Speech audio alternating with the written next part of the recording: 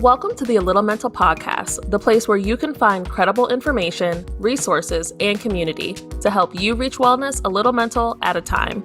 I'm your host and founder, Morgan Reed, and I'm so glad you're here. Let's get into it.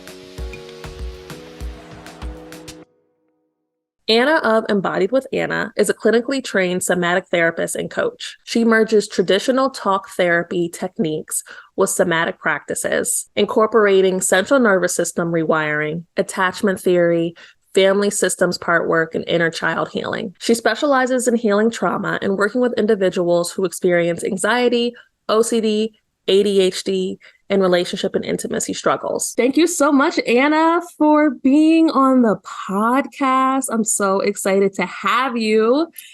Before we jump in, is there anything else you want folks to know about you or something super specific or unique to you about this conversation before we jump in? I'm so excited to be here. First of all, this is my first podcast ever that I'm on, and I'm so honored that it gets to be yours. And we just continue to stay in contact after grad school and keep connected. I just think it's so special and that we're having this conversation. I'm so excited to talk about this because I have been a client for many, many years. I've been in therapy since I was 6, on and off.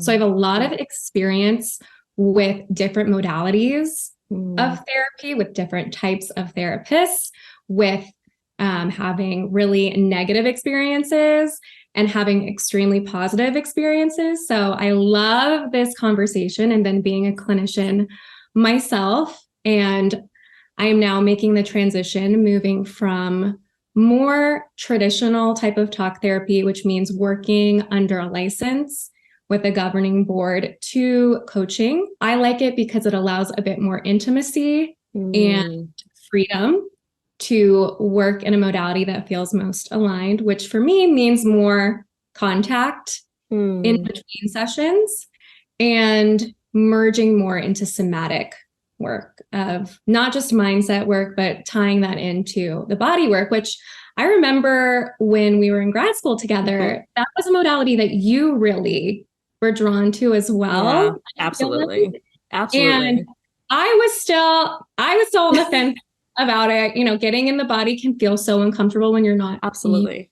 And I took the mindful meditation class in graduate school. Yeah.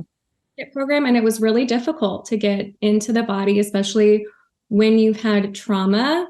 It's very tough to go straight from the coping and defenses of disconnecting from the body. Yeah. The safety of connecting in the body. So we could talk all day about that, but merging my traditional talk therapy training with the somatic world of more experiential methods, which means having more lived experiences in session, getting into the body and physically relating a different way, whether that's feeling emotion, whether that's acting in a way that you normally wouldn't, like walking around the room and seeing the sun and experiencing more mindfulness and tapping into the senses, or whether it's texting somebody to set a boundary that you normally wouldn't set, making sure that those lived experiences are happening so that we are actually rewiring the nervous system. I think it's honestly a perfect place to start, even with you acknowledging, like, I wasn't that into it. Like, what body's smarty? Like, let's just chat. Like, why are we talking about what's going on physically if it's a mental thing? So I would love it if you could go more into like what helped you make that shift in mindset, because I think that even that shift or even a lack of shift can really play a role in what type of therapist you're even looking for. 1,000,000%, because I always, from the time I was 6 years old, went to cognitive behavioral therapist. So kind of CBT, for those who don't know the therapy speak, it is the gold standard of therapy, mostly because it can be more quantified and researched, is the short explanation of it. But it's more about reframing, we call maladaptive thought patterns, which is so important. I don't want to ever knock the importance of challenging a narrative that no longer serves us, like a perception that somebody is judging us, and then what are we making that mean about ourselves? Are we judging ourselves? Are we making it mean that we're not enough? Are we making it mean it's too much, that we're too much? It's usually one of the two, that we're not enough or too much. And then of course it gets more into specifics of like, what are we not enough at? What are we too much at? But those are really some of the core maladaptive thought processes and beliefs that we have. And it's absolutely helpful to challenge a narrative. So I was in CBT all of my life. I had some OCD tendencies where like ritualistic obsessions and compulsions, and those changed from more physical compulsions, like washing your hands, turning the light switch on and off 3 times, to then more, the compulsion was just internal of, oh, I have to ruminate and think about this obsessively in order to feel okay. Yeah. And so that was still always very present with me. And I did all types of therapy, exposure therapy, of really either not engaging with the compulsion or setting a time limit for the compulsion. Sure. Writing, journaling, even looking at where my beliefs originated. And I had so much insight on, oh, okay, it was because this is what happened in my childhood that I developed these protectors and this is the way I was. But that wasn't enough to actually feel different in my body, experience different emotions, experience a different state of being. So I had been with my previous therapist for like 6 years. He had helped me apply for graduate school. He had helped me go through like such a tough time when I was struggling with some substance abuse, some just really addictive behaviors, and helped me apply to grad school, take the GREs, get independent, do the whole therapist thing, stayed with me during COVID. Wow. And I loved him. He was a great therapist, but I would always say, I know why I'm doing it. I can't stop. I can't stop doing it. Whatever the thing is, I can't stop doing it. And I also said, I still feel so anxious in my body. I still feel like jittery and all over the place, and my mind's running a million miles a minute. And I asked him, I said, I finally said, can we do something about me physically feeling anxious? Beautiful. I was like, maybe I need some medication. Maybe we need to do some body work. And he said, that is not my scope of practice, and referred that I start looking into a therapist who does somatic work. And so I started looking around, just Googling. He had a reference, and I was doing the thing that we do. We know we need to take the leap, and we just don't. Yeah. And there's so many reasons behind that. It's just scary our nervous system is wired for the familiar, right? It's scary to lean into a new way of being. So I was being really resistant. And I had a friend from college who was a therapist, had already been transitioning into the coaching world. And I saw her post a lot about doing somatic coaching with her coach. And we had been friends. We had been talking about therapy in the therapy world. And she said, why don't you hop on a free call with my coach, totally free, and just see how it goes. Yeah. And so I saw it as a sign. I had already been looking for a somatic therapist, and it felt like this had just fallen in my lap. I had no excuse not to. I'm going to do a whole, intro with me on this type of work and what it is. And I get to know who she is. And there's not a huge risk involved of like, we get so scarce with our money and our time and all the things. So I hopped on, we call it like a discovery call with her, and she told me about her credentials. And of course, I'm asking, well, where'd you go to school, and how much training do you have? And she handled it very well. And what really sold me is she had trained under Dr. Gabor Mate, who I then trained under and entered the same program later that she did in somatic healing. And I love him. He has been, somebody who we studied in graduate school and really talked about the mind-body connection and the connection from childhood trauma to addiction and just other mental health struggles. that originate in childhood and the somatic piece of it. And that was it. I was sold, and the rest is history. It just opened up a whole nother world, and it took time. It's not like this was right off the bat that I was like, oh, hell yeah. Like I know exactly what I'm doing. I'm now in my body and I am now meditating for, hours a day. It didn't start like that. It was very slow and very titrated and much resistance and all of the things that came up. But what I kept asking myself was, is this helping? Am I healing? And it was always hell yeah, every single time. So I, broke up with my other therapist. It was a very loving breakup. Yeah. And yeah, I've been with my current somatic therapist now for 2 years. Anna, that is the most beautiful story. And there's so many pieces that I want to dive into. But first, thank you so much for sharing that story, because it's such a personal story, right? But I think it helps so much to kind of like drop this veil that I think is sometimes there when it comes to therapy. One, that therapists do go to therapy. Two, that therapists can struggle too and are oftentimes inspired by our struggles to become therapists. There's a reason we are here. There's a reason we're here. We were looking for answers too, guys.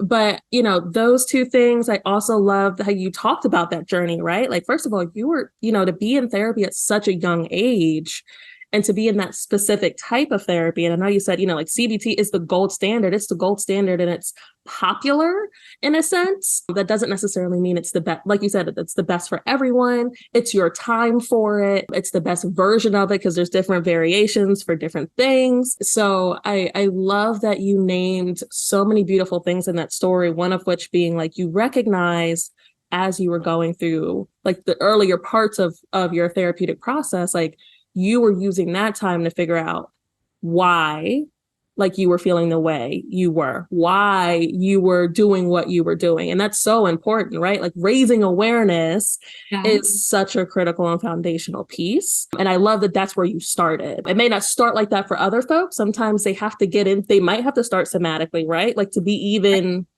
become present enough. And it's interesting that you said that, because I feel like I thought I knew what was happening. Yeah. But getting into your body, it opened a whole new layer of unconsciousness and self-discovery that I could not access just logically. Yeah. And I think even when you say logically, it's that intellectual piece, right? Yeah. I think a lot of us do something called intellectualize our situation, which is think about it from an analytical point of view. We look at the points, we look at it objectively without really tapping into how it makes us feel. And so like I said, I love that you use that term. Like logically, you thought you knew, and logically you might have known. But on the inside, your body is like, we don't know what that's supposed to do here. We don't know how that's supposed to help us here and now, because we're still trying to do and cope the same way. So I'm curious about, because I think the other piece that I love is that you talked about, you worked this out with your therapist too. Now, is this something you brought it to your therapist, that you were comfortable enough to say, hey, like, can we do something else? Like once you came from like that, hell yeah, to that, like I need something else. And they were able to name like, hey, that's not what I do. That's another part of your journey with someone else. How was that process, having to process that and recognize that you might have to move on from that therapist? It's hard. That was really hard, because I was very, very attached to him, almost too attached, I think. And I think that's something interesting to look at with a therapeutic relationship is, are they able to hold you in a way that then facilitates independence? And that was a key piece that I was missing with that therapeutic relationship. So the handoff was really, really tough for me. There was a lot of childhood wounds that came up with hearing, I can't help you with that. I was very resistant, and he honored that in the sense that I kept seeing him while I was seeing it sounds like I'm cheating. No, right? You're in like a poly relationship with your therapist. I know. I kept seeing him no, he knew about it. So I kept seeing him while I was transitioning into working with my coach. And I started in a group with her. Mm-hmm. So I think that was a helpful transition to still having him as a one-on-one, being in a group with her. And then I ultimately transitioned into one-on-ones with her and left the therapy. But my poor abandoned inner child. Little Anna. Little Anna needed the transition and the type of experience to be able to release one attachment and to move into the next. Yeah, that's beautiful. And I love that you named that you did have multiple therapists at one time and that there can be different reasons for that, right? Like you said, for you specifically in your story, you were with one therapist and you needed that stability and that support and that processing with that therapist to be able to fully engage with the new one. And I like just shifting to your more therapist side, like, what other situations do you feel like, because I've got that question before, was like, can I have multiple therapists? Should I have multiple therapists? Like, what other situations can that come up where like that is something to consider as you're going through your therapeutic journey? It's such a great question, and getting curious about why you need that transition and if it's serving you or if it's actually serving you to have multiple therapists at a time and what the reason is behind it. So I would say to be really intentional and really self-reflective with both therapists about, is this serving me? What is the intention behind it? Which my therapist did a good job. Both therapists that I was seeing did a good job of checking in with me about that. And it was serving me. And I would get defensive. I'm going to be really blunt. I would be like, of course it is. And that was my inner child not wanting to leave the attachment, even though the work that we were doing was no longer serving my growth. It was just staying for the attachment. And my new therapist really had to help me with that one in order to, because I couldn't see it when I was with him. I was like, no, this is great. We're having a great time. And I think it's appropriate if you need that transition in order to feel safe enough to make the leap to a new relationship and really looking at using that as an opportunity of, why is this so hard to let go of what's might not be serving me anymore? What is the benefit of having two different perspectives or modalities? I think it can be helpful if it's maybe a group versus a one-on-one, if you're doing a group, and then also a one-on-one, if you're doing couples with a different couples therapist versus your one-on-ones. I know, my partner and I have done lots of couple sessions with my coach and my therapist. And I think what can happen, which a skilled therapist can do a really good job at remaining unbiased and really mitigating this, is whoever is not the client of the therapist can feel like the therapist is going to be biased towards the client. Absolutely. Take their side and not feel safe. So if that is the case and they're having difficulty getting past that, an unbiased couples therapist might be more helpful. Yeah. Wow. No, that's really powerful that you name that. Like, the therapist that you're seeing is the person who also worked with you and your partner. And so now, by my count, you've now had, at least by what you've named, you've had two really beautiful relationships and very skilled therapists who have worked with you. But how did you go about finding these folks? And how does somebody who isn't sure which direction to go, what modality they need, what approach, like, I don't know what I'm doing at all, how do I just find a good therapist? Oh, it's tough. It's like dating. It really, like, finding your match. I always go back to, and I might be a little biased with this because I'm in somatic work now, but I always go back to the first thing we learned in graduate school was the most important component of therapeutic outcomes, which means the healing how successful treatment is. Are you making the goals that you want in terms of how you're feeling, in terms of your symptoms, in terms of life goals? So therapeutic outcomes, the main component is the therapeutic relationship, which means how safe, close, rapport, trust do you feel with your therapist? So I always go back to that, because what stood out to me when our professors at Penn were telling us this is that it wasn't dependent upon, do they have a PhD? Are they a doctor? Are they master's level? It wasn't how long have they been in the field. It wasn't anything about time in the field. It wasn't anything about training. It wasn't anything about what degree they had. It was a relationship. And now this is a huge meta-analysis over time study. A new component that they just found out is that another correlation is the component of mindfulness. So the therapeutic relationship and an element that they use in their modality, an element of mindfulness. So I would take that into consideration. This is a huge research that has been, over time. I like to say, because this is what my mentor always says, this is Gabor Mate who says this, we're in relation, so we heal in relation. So a lot of our initial wounding is through childhood, and that's where we develop our template of the world, of relationships, of others, of ourselves.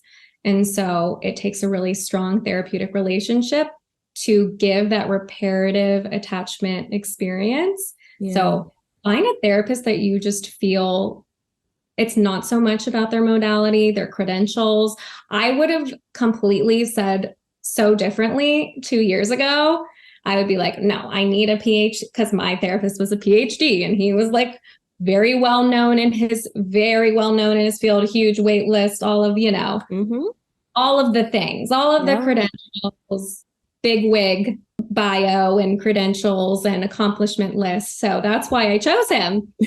And so that is completely shifted, where I would say what to look for in a therapist is that you feel safe with them, that you feel heard, that you feel like you're most able to be yourself and feel that safety in order to look deeper at yourself. That's beautiful. Yeah, I love that you name that.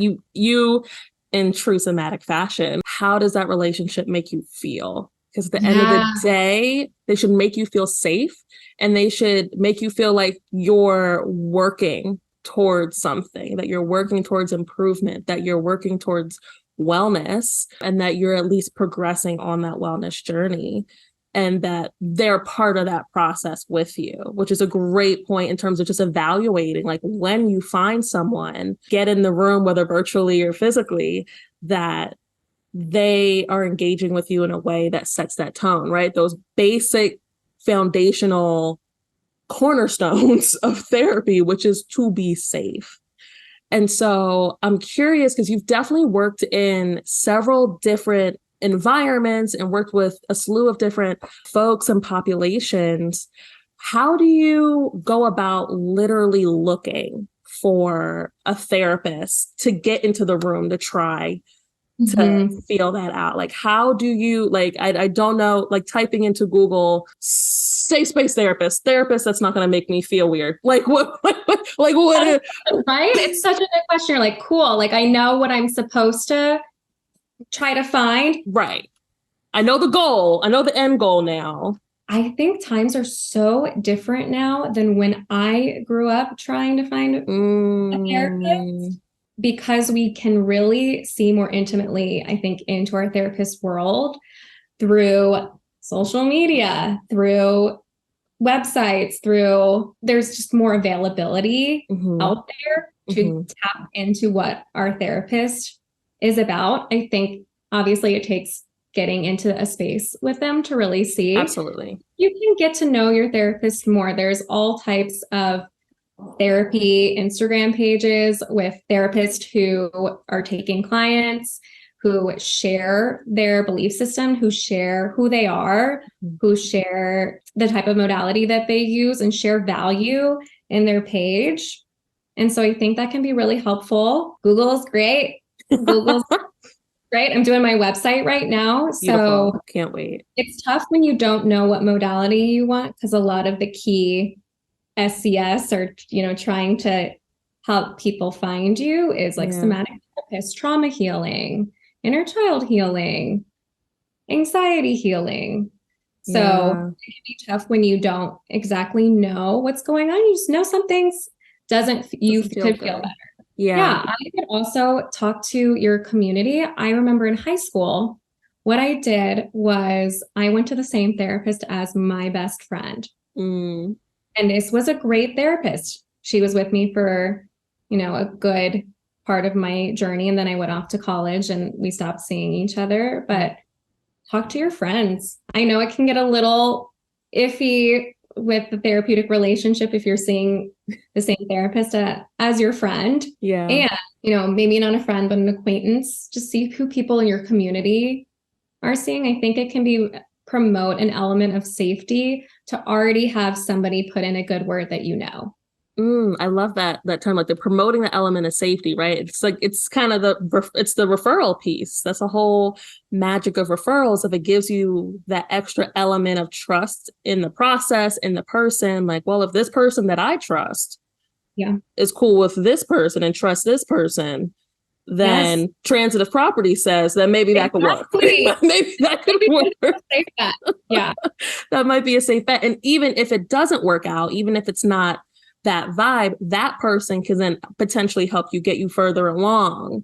And like, okay, it may not be me, but here's some other folks that you could look into and like start you on that path of furthering. But I also want to get more into, like what you said, like finding therapists and seeing therapists online and social media. And I think both of us are on social media as therapists, as mental health professionals, and it can still be a vast space, but for someone who, again, like you said, may not know their modality, it can also be so helpful to go on pages like yours who, talk about what your values are, talk about what you do and why you do it and what your context is of the situation. Is that, in terms of you as a therapist, how has that been in terms of getting folks who may be interested in your services or your coaching program coming from social media? How are those interactions been? It's been amazing. I find that because the more I put myself out to be seen and heard and just really share who I am as a therapist, as a human, the more I think you can find aligned clients, right? It's the same as a relationship. The more you are yourself, just completely unapologetically yourself, and really own your beliefs, your modality, your unique skill set, and who you are as a person, you're going to find the clients who are seeking what you have to offer. And that's just been, I don't know why everybody doesn't share their magic, right? It's like you get messages and whoever sees it gets to be drawn to it. Yeah, I think it can be such a beautiful experience. And I know I've connected with folks who, like you said, have like shared their story of frustration with trying to find resources and trying to find things that go well with them. What piece of, again, because I think a lot about folks who, like you said, don't know modality, and just to name it explicitly, like modality is the type of therapeutic approach or the combination of approaches that a therapist may use to help you along your therapeutic process and help you reflect, help you figure out what emotions you're feeling and why, figure out where they come from, figure out how that helps you get somewhere else. So that's what, modality is. And purposefully, I actually don't get into the nitty gritty because it is absurdly complex behind the curtain when it comes to, like you said, like with just being in grad school and all the different approaches, and you can combine them and things like that. So it can sometimes be a deterrent when you see certain terms and not knowing like what that means. What does that mean? So like, what do you feel like is the best way for folks who may be getting overwhelmed with, who may see the word somatic and be like, I don't even know what that word means. Or like, I think I've had trauma. do I have to go to a trauma therapist? What if I haven't been diagnosed with anxiety?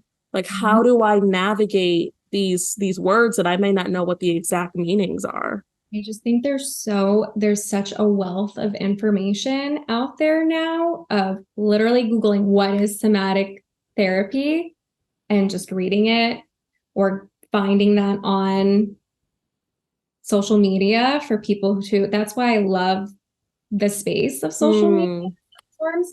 Obviously, anybody can say anything without the research to back it up, but there's so much research around the benefit of somatic therapy and getting into the body and all the different modalities. You can see therapeutic outcomes. You can listen to other people who have pretty much case studies, other people who have gone through somatic therapy or another modality or whatever it may be, and see how they feel after it and kind of get just more insight into what it actually looks like in a tangible way. And yeah, so just looking on social media, Googling, research, and when you find a good therapist, they're going to give you a lot of information. I think that's really important too. And even if it's not something that aligns with you, of just getting your foot in the door with, I'm hearing all these different modalities. Can you explain like what yours is and how it's different from others? Beautiful. And if it's a good therapist, they're going to sit there and they're going to give you some time and explain what they do, explain what other people do, and start directing you in a place that might fit your needs. Yeah, just starting, just getting in there and starting, and because everybody, it's kind of like a wave pool, like they'll guide you slowly, like a raft to where you need to be. Absolutely. And I feel like my journey was even kind of like a raft of going through different therapists to find where I am now. Yeah, I think that's one of the biggest things that I have to normalize for folks is that finding a therapist, therapy is a process. Finding a therapist is a process. And like you said, it's kind of like dating. Like you may find the one the first time, and we love those. We love those stories. But a lot of times what ends up happening is you try someone or you get upset I'm on a blind date or a referral, and it's kind of awkward. And then they go, well, there's this other person that you might be able to work with. And then you're like, okay, there's that person, but I kind of like this person too. Like it's all a process. It's all an experience, but it's not an all or nothing. Like there's someone out there for you. It's just a matter of finding that person. Absolutely. Keep on the journey because it's worth it when you find that therapeutic relationship. It's completely transformational and worth it. So keep looking, keep getting curious. You can always use the experiences with therapists to learn about yourself and what you're wanting and what you don't want. It's like dating. It really is. It really is. As we are wrapping up, I just wanted to see if there was anything else you feel like that we may not have touched on when it comes to looking for a therapist, settling into a therapist, or if there's like one piece of advice or input you could give that listeners could take away from this conversation. I think the key points of when you're trying to find a therapist is the relationship, especially if you're not familiar with, like Morgan said, all of the modality that can get so complicated and confusing, and especially when you're not in the therapy world or aware of the different approaches. So don't get overwhelmed. Don't force yourself to have to, figure it all out. You can get curious and do some exploration, but really, like Morgan said, just getting your foot in the door is the best thing you can do. Otherwise, you could just be searching the internet all day, every day, forever, and never actually take the leap. So taking the leap, getting in your foot in the door with a clinician, whether it's that clinician who ends up being your therapist or they send you in a different direction to find somebody who is more aligned. Just getting your foot in the door is the most important. And just the relationship is the most important. How safe they make you feel, if they challenge you in a way that helps you more clearly see yourself and your desires and what you need and where your blocks are that are blocking you from change and what you're truly wanting from your life. So somebody that feels safe for you to be challenged by, but also be held by. Both of those are just so important. So challenged and held and feel safe. And another key piece that I think is the most important is a therapist who has done the work. I think that's huge. A therapist who has gone to therapy, you can have all the training in the world, but if you are still unconscious yourself, that can be really detrimental to clients. So a therapist who you have a sense that they really know themselves, they are really self-aware, they really know themselves, they have integrity and are acting in integrity. It's clear that they are authentic, and you can just feel it energetically when somebody is like that. You just know when somebody is sure of themselves and what they do and who they are. And it means that they've really done the work to know their blind spots, know their own trauma, know what might be coming up in a session for them so that they are not projecting onto you. I think that's the biggest piece. They have such clear energy and know themselves so fully that they are able to see you so fully without any of themselves being projected onto that, whether that's, oh, this helped me, so it's going to help you, or, oh, this is what I think that you should be doing, instead of allowing you to come to that conclusion and really seeing you so clearly and holding up a mirror for you to see it too. Oh, so beautiful. Oh, those points were great. It's when you said somebody who can challenge you and somebody who can hold you, that is such a powerful balance. It's a delicate balance, but it's a beautiful goal to look for. It's a beautiful picture to find and to hold and to ground you when you're looking and exploring. And this other piece around, like, your therapist should be self-aware, because again, you can have all the degrees in the world. There's a lot to behold, and all the letters and alphabets and the doctors and all the things. What does it even mean? I know when you're looking, it's like, what is that? What does that even mean? What even is that? But if they can't get to you at a human level and let you hold the entire space, that's the goal, is for them to give you the space for you to hold in your purest, most authentic, most vulnerable form in a safe way. And so I love those takeaways. Anna, thank you so much for being here. This has been amazing. If you all would like to learn more about Anna and her therapy and her coaching and programming group, you can look at our show notes. If you want to learn more about how to find a therapist or where to find a therapist, you can visit our website at A.Little.Mental.org. And you can also find us online on TikTok, Instagram, and Facebook at A.Little.Mental. Thank y'all so much for being here. And don't forget to be kind to yourself today. Thanks for getting a little mental with me today. If you would like to find more resources, visit A.Little.Mental.org. And remember, be kind to yourself today.